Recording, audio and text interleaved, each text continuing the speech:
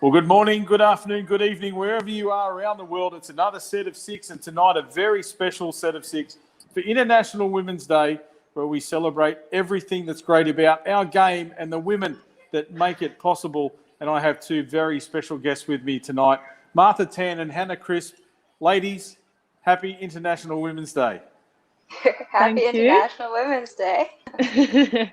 It is a fantastic sport, the game that we love, touch football, and women have always played an integral role in it. International Women's Day was celebrated on March the 8th, all around the world, and tonight we have a special edition of Set of Six, live from the Coffs Harbour International Sports Stadium, where the NTLs are actually being played at the moment. And it's a very fitting venue to see international, I guess, standard touch being played at a venue that you're all synonymous or well known for here in Coffs Harbour, where the 2015 edition of the World Cup was held. And we've just had a Women's Opens game finish on the main stadium, and it's been an outstanding event. And all of our viewers around the world, especially those that have attended the World Cup here in Coffs Harbour, you wouldn't believe it, it rained.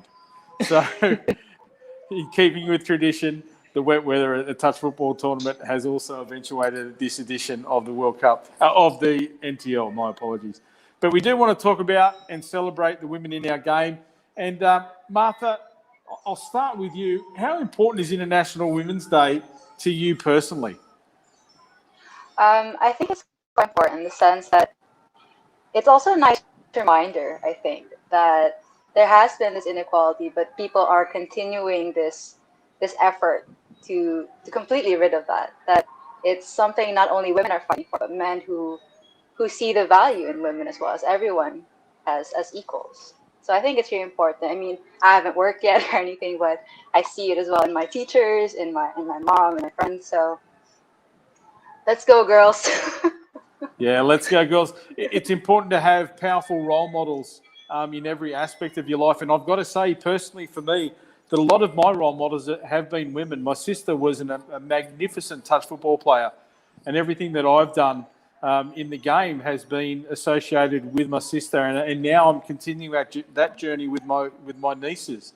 And to see that aspect of the game that I love, and the fact that we can enjoy it with our family, and that strong female participation professionally, it's also role models that I've had in my workspace. The best bosses I've had have been women. So, I feel quite strongly and passionately about celebrating every aspect of what women bring to life professionally and in sport. So, Hannah, what about yourself? You're tucked away over there in lockdown. Yeah, what about International Women's Day for you? I think it's a good, it's one of many really good campaigns that we've had over the last kind of year or so about kind of prominence of women's sport in kind of this context, and just really driving it forward. I think there's some really positive movements, and it's great to have campaigns like this run, International Women's Day, that kind of thing. But it is something that we need to make sure we do and think about day in, day out, all year round. And it's a good platform to kind of relaunch that each time it comes round. But I think, yeah, it's really positive to just take some time and kind of appreciate the amazing women in my life. Yeah, absolutely. And this year's International Women's Day theme was Choose to Challenge. And I think that's a really interesting concept, that theory there, that we all choose to challenge the behaviours that we see around women and the equality aspect, as Martha said, of recognising the incredible skills and what women bring to every aspect of our life, and recognising it as equals, because that's the key, and developing men, I think, and boys around the world to understand that is exactly the way it should be. So do you feel women athletes, I guess, from a sporting perspective, do you feel women athletes are being better recognised for their incredible strength and their attributes that they bring to the athletic sports arena? And I guess that's what, programs like International Women's Day do celebrate. Yeah, more and more I think that's the case. It's definitely improving. I think there's still a long way to go. And you can tell that by so I think a lot of the kind of institutions, so over here are like media, are taking real ownership of saying, right, we need equality, we need female presenters, female commentators, and trying to make sure there's an equal split. What I think is lacking still is the public appreciation for that. So you still get men commenting like, oh, great, all she's good for is a set of legs kind of thing on these streams and videos where you see them coming out. And you think so much good work is being done. But as you said, like there's a long way to go with education of the kind of population as a whole. And that's where we'll start to see real progress being made, and the difference is that people start respecting women's sport as equal to the counterpart of the men's game. Absolutely. And for yourself, Martha? Yeah, for sure. I mean, here in the Philippines, for example, normally you'd hear about athletes and the national athletes. There's so much regard given to the males, to men's basketball, men's volleyball, but then you really see that more and more women of sport are coming up in the news, winning competitions around the world, here locally, and people are giving more attention and importance to that they didn't before. You'd see that they'd always think, oh, okay, we have Heidelin, who's this champion weightlifter here in the Philippines, and people saw it back. She's a woman. Why is she lifting these huge metal plates and a barbell? It didn't make sense to a lot of people before, but now you see that people see her as equal to men, how strong she is, the strength she brings, and the talent she brings to the sport itself. So I think there's a lot, like Hannah said, there's a long way to go in terms of the rest of the public, but I think starting from the communities that these athletes are coming from, there's a lot of growth that has happened, and I think we're on the right track. Yeah, we're on the right track, but we need to keep getting that message out there. Yeah. And I guess, the question to that is, why is she doing it? The answer is because she can. Yeah. Exactly. It's the same answer for men. Why does he do this? Because he can. And women can do everything. Yeah, 100%. Yeah, exactly. So, that's the important message that we need to get out there. So, in relation to touch, Hannah, we'll start with you. What's been your biggest challenge in touch, do you think, based on your gender as a player, referee, or a coach or administrator? Do you find that there are challenges from that perspective? I think, and I'm not sure that, I think touch is quite a level playing field in the context of challenges for men and women. So a lot of the challenges I've faced through touch, I'm quite lucky in that they haven't been as a result of my gender. So for me, it's mostly been about trying to juggle a career with an international sport, with education, that kind of thing. So, and I think everyone feels that. So men, women, kids, adults, whatever stage you are in your touch playing life, you will have that challenge. And I think that speaks wonders to our sport in that we are inclusive in that way. Yeah. And for yourself, Martha, I see you nodding there as Hannah was talking. Has that been your experience as well? I can honestly say here in the Philippines that I haven't really had that feeling that, oh, I'm a girl in this sport and I'm going up against a boy and it's going to be too hard for me or something like that. I mean, of course, some guys are much faster than me, but also some of the girls are. It didn't matter whether they were a boy or a girl, we were playing mixed, or one guy suddenly gets put in the field. It's all the same. I guess the only thing close to an experience is sometimes we'd meet some guys. I think it also goes for women as well in the sport who know the game really well and, talk back to officials. But I think even just in the NTL, it happens. It happens everywhere. It was never about gender. I guess it's a really good thing. I mean, but here in the Philippines, there actually are more women that play touch because it started in schools and it was mainly played by the girls in those schools, and the boys would play rugby. But more and more as the sport grew, you'd see that the league for the men also grew, and it became this balancing act between the girls who had more experience in the years that they started playing first, and the boys feeling like they had to catch up instead, and then it's kind of evened out now. Nice. Yeah. Yeah, well, and I think both of you hit the nail on the head about the inclusivity of the sport, and it's not just based around gender. It's the fact that people of all shapes and sizes and abilities can play the sport that we all love, and the reason that we're here tonight. But I guess that's part of the game that we've all celebrated. And again, from my experience, I've been around the game. I'm, give away my age here. I'm 50-ish this year. Really? Turning 53. So I've been pretty much touch started here in Australia the year I was born. So as old as the game is, that's how old I am. But I started around this. Yeah, I started around the sport because of my father, who was involved with one of the very first competitions that was formed. So I have literally been around the game since I was in nappies. And as I said, I had to grow up telling everybody pretty much from when we were both able to play juniors here in Australia that my sister was the better touch footballer in the family. And, it's been something that I've recognised all the way through. Some of our top referees, our top players, our top administrators have been women.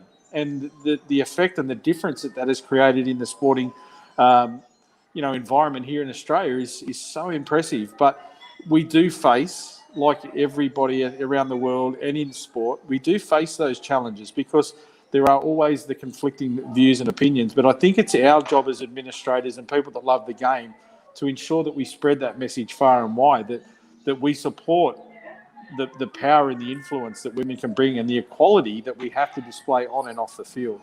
So, and it's people like you, young ladies, that will help spread that message and get it out there to, as you said, challenge those boys to be as good as the girls in a lot of respects. So is there a message that if we said to you individually, is there a message that you want everyone to hear in relation to International Women's Day and the importance of movements like this in the sporting environment? Hannah, we'll go with you. Yeah, I think for me, it's the real kind of cliche, and I don't like using cliches, but I actually think it is relevant and important that everybody appreciates the kind of, you've probably heard it going around, it's the, if you can't see it, you can't be it. And it's just that concept of we need to show that actually women can do anything. And to show that women can do anything, we need to have women in those positions to represent that to the rest of young girls out there, populations, everyone. So, yeah, I think as cliche as it is, it's a cliche because it's true and it's relevant. It's true, So, just do it. If you want to do it, do it. Yeah, exactly. Martha? So what about yourself, Martha? Do you have anything you'd like to add there? Yeah, I 100% agree with Hannah. I think I guess it's always been around in society how women have certain roles that they're meant to play or should play, quote unquote. But yeah, more than anything, I think no matter how cliche it sounds, just don't let anyone tell you can't do it. I mean, how will you really know if you don't try? I mean, women are just as capable as men in every respect. No one should tell you otherwise just because you're a girl and not a boy. Has nothing to do with it. It's funny when you said, why should you be challenged because you're a girl? And one of the things, there was a message here delivered for International Women's Day a couple of years ago. The message was put out there that when, a father sees his son cry, he says, "Oh, stop it, you sound like a girl." Or when they see, somebody that can't throw maybe as far as another boy, he says, "Oh, you throw like a girl." When somebody said to me, "You play touch football like a girl," I say, "Damn straight I do," because I grew up playing touch with my sister. He taught me many of the skills and so forth. And then as we developed, it's that relationship that some of the women that have played sport, I look at and I see them do things that I just go, there's no way I could do that. And if you tell me that, I'm like a girl and I look at that as my role model, I'm happy to put my hands up and say, yeah, damn straight, thank you very much. But as a sport and with people like yourselves as young leaders in the game, I see a comment that's come up here from Cara, and it's on the bottom of the screens there. Cara Bryce, thanks for getting involved. But while the sport's inclusive, mixed touch still has a way to go through more female captains, playmakers and coaches. And I have to say, Cara, you're 100% right. And part of the development program is bringing people into the sport in all of those roles. So, as I said, the current chairwoman of Touch Football Australia is a very intelligent, forthright, outspoken female who has brought a different perspective to the administration of the game here. She was a player. She's been on local associations. She's now at the top of the tree of the sport in this country, the largest country in the Federation of International Touch, and influential in a lot of the development. And I can tell you, Cara, that part of the movement over here is exactly that, getting recognition for females. One of the leading men's opens coaches in this country is also a female, Carly Banks, who I saw interviewed Carly. on a different stream. Nice. Some of the changes she's made to the men's opens game and the challenges here that she's throwing out to the male coaches, she's out there on her own at the moment, but I see a groundswell of that sort of development. And as an administrator of the sport and somebody that's passionate about developing the sport internationally, that's the message we need to get out to those developing countries, that it's really important that we get more women involved early so that they can have that growth effect immediately in the development of the sport in their country. So, again, more power to you, young ladies, for getting involved the way you are at every level of the game in your country, and developing that power and that demonstrating, I guess, exactly what women can do and what effect they can have on the game. So, and I think Cara's actually a Scottish player, and one of the things I think is quite relevant here is that we historically haven't had many female captains, players, coaches in mixed teams, but I think that's also true of it's the kind of, if you can't see, you can't be it. So maybe women in Scotland haven't thought before, I could be a coach, I could go and do that, I could go and coach a women's team, a mixed team, and in general our kind of programs, coaching development, referee development, is quite small and quite limited, and it's something that I think we spoke about last time I was on this set of six, is the review that we've undergone in Scottish Touch, is to look at how we broaden the pool of people who are involved and push that out to younger people, pull them up through their systems. And if we can get more people involved in general, men and women, we then open up the sport to developing people in those roles, hopefully more women, absolutely. But I think we've got a long way to go in Scotland in general in improving our recruitment and engagement and development of people in those roles. One of which hopefully the results will be more women in these roles. Yeah. Absolutely, and it is about building that participant base, but then engaging the right people for the right jobs, but it's that recognising that women can play any role they like in that program as well, because they can. Yeah. And we've had an interesting question posed there from Nicholas Heath, and it is a very open conversation there, mate. So speaking of recognition for females, the FIT have plans to improve their 6-to-1 male to female board representation. And, you know, I'm not on the board. I don't, decide the policies of the organisation, but I can tell you that the board are fully behind participation at every level, and that includes the board of the Federation, and that we welcome. I'm not sure about quotas, but obviously the right person for the job, gender shouldn't come into it. And if there are strong and powerful and supportive women that want to get involved in the Federation at every level, because our event commission, our coaching commission, our junior development commission all have that gender, I don't know if equality, because again, it's the right person for the job at the time, but the females are very recognised across the Federation in every aspect of the administration.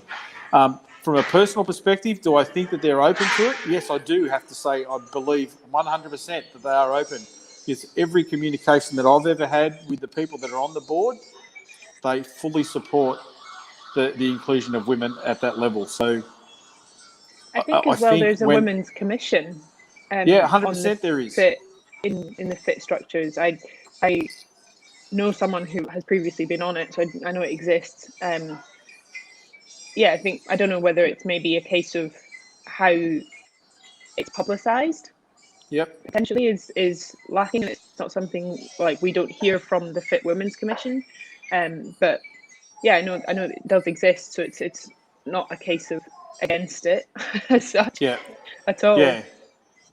So no, it is. You're right. It is a commission that we have under the federation, but I guess right at the highest level, that board of the federation at the moment, I didn't know that it was a 6-to-1 ratio. I have to say, but like I said, I know some of the people that are on it, and they are very open to the participation of women at that level. So we'll leave it at there. We don't need to harp on it, but just guaranteed that. It is recognised, and it is something that we are more than open to, as the question was asked. And we also have one from Kev Hattersley in relation to, just that concept, especially in mix, where they talk about, female middles and the role that the female plays in a mixed division, which is it's interesting, like I tried to coach. I coached men's, I coached women's, and I loved, both of those. And when I coached mixed, it was a really different mindset that I didn't, I really couldn't grasp, because I had the idea that some of the females that I had in my team were much better than the men. And I'd put them in those controlling positions, and we got some results that sort of made people sit up and think, well, why can't they?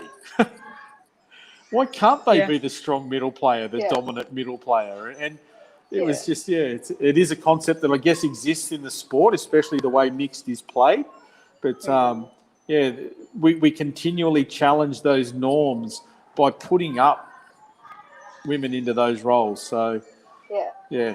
I think it takes strong male and female coaches to try those things, to see that it is an option before it will then feed into the kind of push upwards into the elite space. Because you see it a lot in social touch. I know that for sure. You get female middles all the time, and it's pushing that up the way into the elite programs, and having coaches who are willing to try and open to saying, no, actually, that girl has better skills than you. Just because you're a boy, you're not going to get that middle spot. You have to earn the right. It's, as you said, it's the right people in the right positions. You earn the right to play in the middle.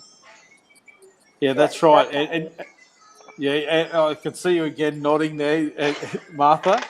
It reminded me of a test series that we were a part of, and we were a mixed team here in the Philippines, all locals. And I remember we had all these set things that the boys would lead at first. That was the idea. Oh, let them lead it, let them set up these plays and everything. But when things were getting difficult, you really see how the girls would tell them, get out of my way, switch with me now, I'm taking over.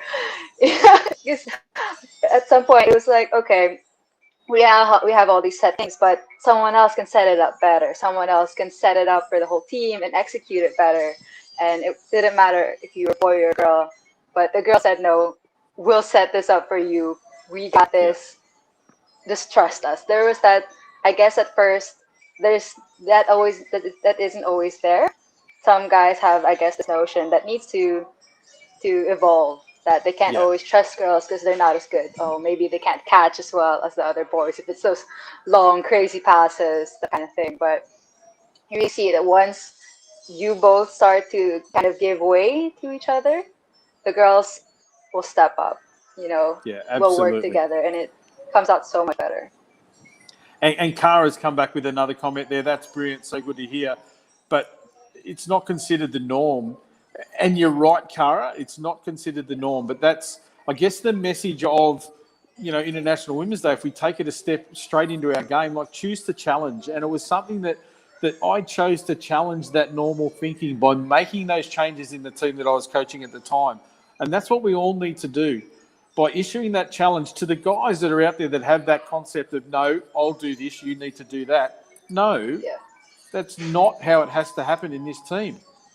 and we challenge that thinking, we challenge that concept, we challenge the abilities of those boys and those men to understand that the girls around them are very important to the way the game's played. And that's something that I guess from a development perspective, as we try to improve the game continually, that's something we need to take out there, that the norms can change because of the situations that exist in each environment. Mm-hmm. Yeah, definitely. So I think, I also think, to add to that, another thing is that besides boys and other men having to adjust to this thought, to evolve to thinking this way, for women, I think it's also up to us to step up, to challenge ourselves to say, no, let's not just stick to what they think of us, that we can say, no, we can do it too. And we're going to show you right now. We're going to take ourselves up to that platform. yeah, absolutely. So, and such powerful message there, Martha. And, you know, we put it out there to everybody that's participating to challenge that and take it on and step up when, if the challenge is issued to you, you've got to respond. Yeah, exactly. You have to say, you have to at least try. Yeah. Yep. And it's the same. It all sounds like a gender message, but it's the same for the men that are out there. When the challenge is issued to men, you've got to step up. You've got to try. You've got to at least have that crack to see if you can respond and answer the challenge the way that people want to see you do it. Sometimes we fail, but that's not gender specific. Failure isn't gender specific. Oh, not at all. Failure is something that we all own on a daily basis.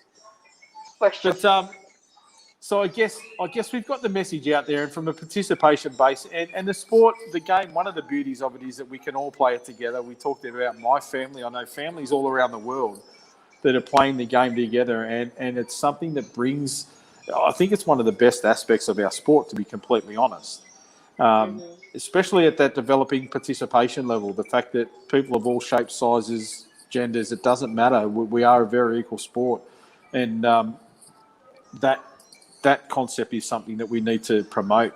And as you said, in every aspect of the sport, we need to bring women in where they're required. And that's not something that is new. It's not something, but I guess it's at the forefront of our minds as we celebrate International Women's Day. Is there anything else that you girls want to add in relation to International Women's Day and what it means to your sport? Or have you seen some growth in your countries in general around women and their participation in society? Yeah, I mean, we've seen no growth over the last year. Yeah, true. COVID sort of impacted it. Unfortunately.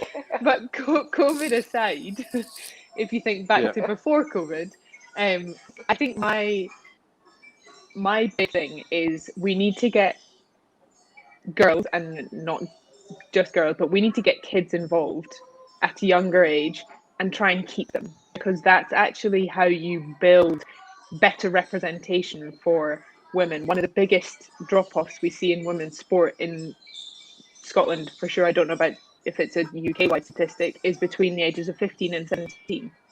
So you've got this mass participation of kids in sport, and then they hit 15 years old and just like, nah, not for me. And that's the big thing I think we need to address, is if we can get people into a sport that they love and want to keep going for a longer period of time throughout their life into their adulthood, then we start to build those women at the top and those kind of female role models in the game. I think it's something we need to work harder at, is keeping kids into adulthood in the sport. Yeah, absolutely. Yeah, developing that game from the ground up and keeping them. And part of that, I think part of keeping people in the sport is having that recognition that we all play together, and that women are such an important and integral part of our game. Yeah, and getting that message to the young boys early that's normal, to use that word, normal. What is normal? And we challenge the norms, and we change them by challenging. And I think that's the important message that I take away from International Women's Day. That message about choose to challenge. It's not just challenging for challenge's sake. It's challenging for an outcome and challenging to change the norms of what is what is acceptable. Yeah, and it kind of speaks to what Cara was saying before, is actually if we can get young boys and girls playing touch together, this from age 5, then boys will not come into the game with the preconception that girls don't play touch, girls aren't as good, girls can't, whatever it is. And Yep. that's how you change long term the view of people in the sport, is actually to start them young, because then it stops being an anomaly and it becomes the norm, as you said, to play with a girl on your team and to pass to your girl and to have your girl lead the game. So Yeah. getting boys and girls playing together from a young age. Yeah, my word. You hear So to that? Hannah? Yeah, I can hear Martha, although we can't see her at the moment. She totally agrees, as we all are, with that really important Absolutely. message you put out there. And look, we've had a question from LJ Panther, man.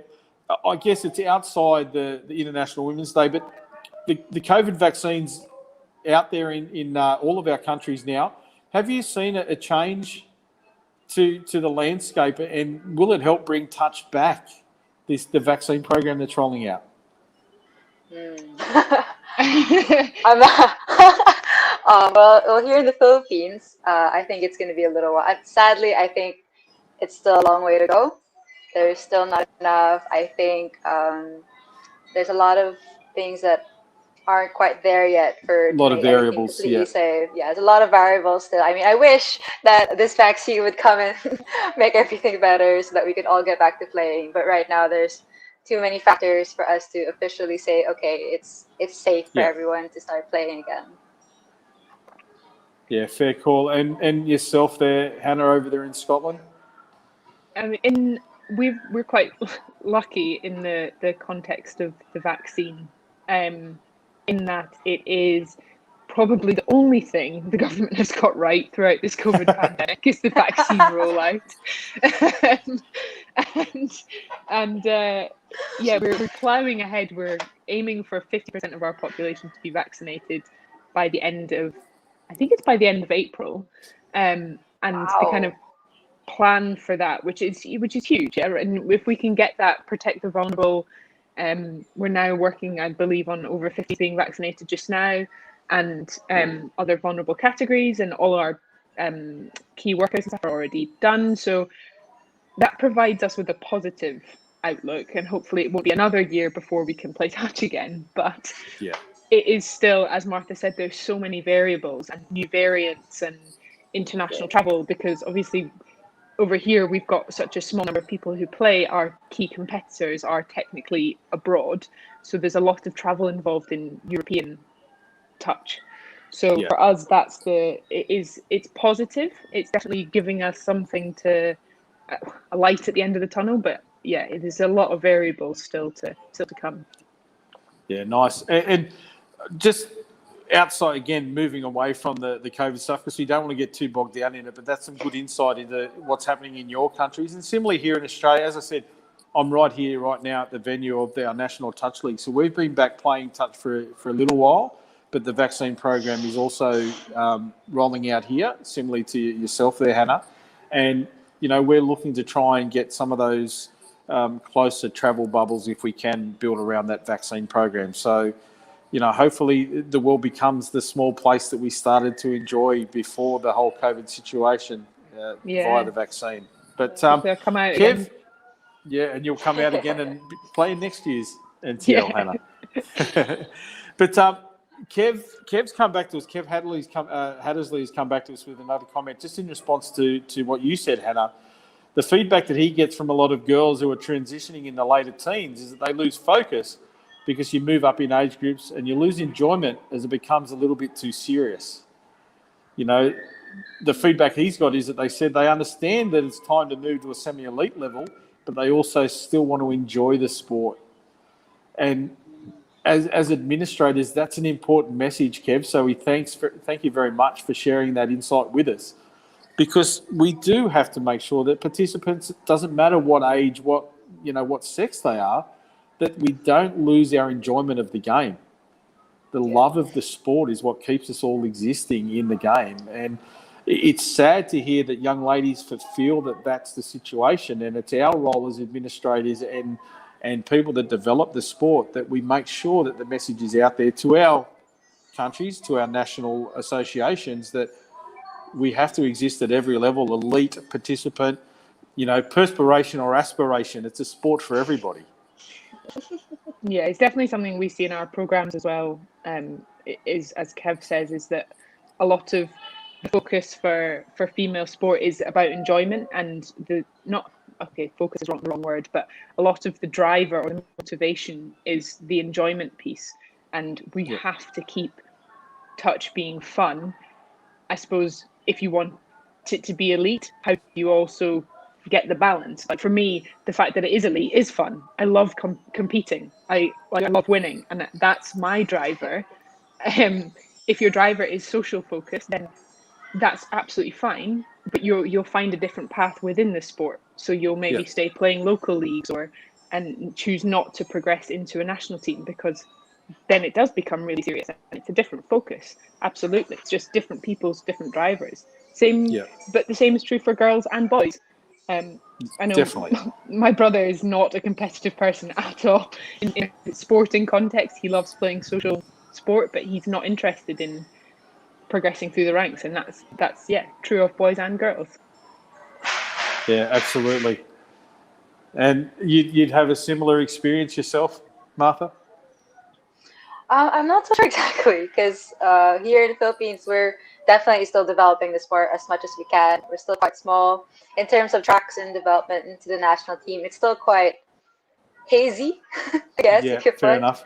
Yeah. So, but yeah, I do have that experience with some people in the group, in the community that we have, that you'll only see certain people playing on our social touch days or something like that, and then you'll see others really, really hungry and wanting to keep going, to play as good as the next people that they know, their role models, and get to that national level and then get better even afterwards. I think right now we're still at a good level where a lot of people still have some fun with it. Well, before COVID, of course. But I think that's something we have to keep in mind for the future once we set up the tracks a lot clearer and a lot further, I guess, into our timeline. Definitely something to keep in mind. And I guess, a final message on that point is that it's one thing to, and I said perspirational, aspirational. That's just a phrase that I use because I recognise that within any sport, regardless of what it is, that if you don't have the grassroots there, if you don't have that developing level, you'll never achieve elite status.